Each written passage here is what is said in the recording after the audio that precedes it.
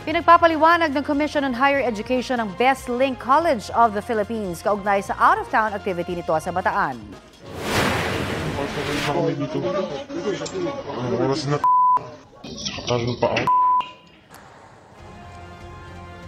Matinding pagod dahil sa ilang oras na paglalakad ang naranasan ng mga estudyanteng lumahok sa kanilang founding anniversary celebration sa Hermosa, Bataan.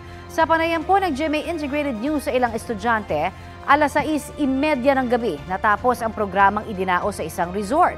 Nagkaabirya raw nang mag-uwian na. Marami raw kasi sa mga bus na sasakyan nila pabalik sa Quezon City ang pumarada sa ibang barangay. Kaya napilitang maglakad ng ilang kilometro ang mga estudyante sa madilim na highway.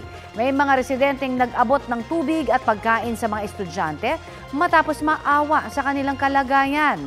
Labis din ang pag-aalala ng kanilang mga magulang. Ayon sa CHED, iniimbestigahan na nila ang insidente. Maging ang Quezon City LGU ay mag-iimbestiga rin. Pinuntahan ng GMA Integrated News ang campus ng Best Link College sa Quezon City. Pero ayon sa gwardya, wala raw pasok at walang pwedeng makausap.